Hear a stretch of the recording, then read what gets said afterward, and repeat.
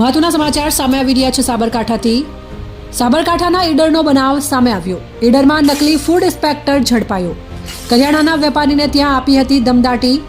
ગાંધીનગરથી તપાસમાં આવ્યા હોવાનું જણાવ્યું હતું। વેપારીઓને શંકા જતા પોલીસ સ્ટેશને કર્યો હાજર। અરજદારે નકલી ફૂડ ઇન્સ્પેક્ટર હોવાનો કર્યો આક્ષેપ। ફૂડ ઇન્સ્પેક્ટરને વેપારીએ ₹1500 આપ્યા હોવાની કરી કબૂલાત। નકલી ફૂડ ઇન્સ્પેક્ટરને લઈ સમગ્ર વિસ્તારમાં ચકચાર। લોકોએ જાહેરમાં નકલી અધિકારીને ચખાડ્યો મેથી પાક। નકલી અધિકારીની ઓળખાણ આપનાર ઇસમના સીસીટીવી સામે આવ્યા। કરિયાણાની દુકાનમાં તપાસ કરતો નકલી ફૂડ ઇન્સ્પેક્ટર પોલીસને સોંપ્યો। સમગ્ર મામલે ઈડર પોલીસે આગળની વધુ તપાસ હાથ ધરી। બ્યુરો રિપોર્ટ, ખબર વડાલી, સાબરકાંઠા।